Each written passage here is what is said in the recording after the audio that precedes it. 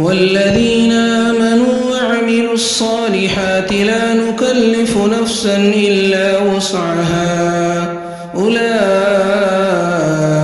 أصحاب الجنة هم فيها خالدون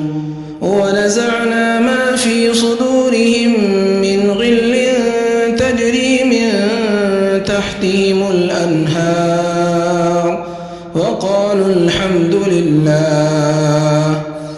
وقالوا الحمد لله الذي هدانا لهذا وما كنا لنهتدي لولا أن هدانا الله لقد جاءت رسل ربنا بالحق ونودوا أن تلكم الجنة أورثتموها بما كنتم تعملون.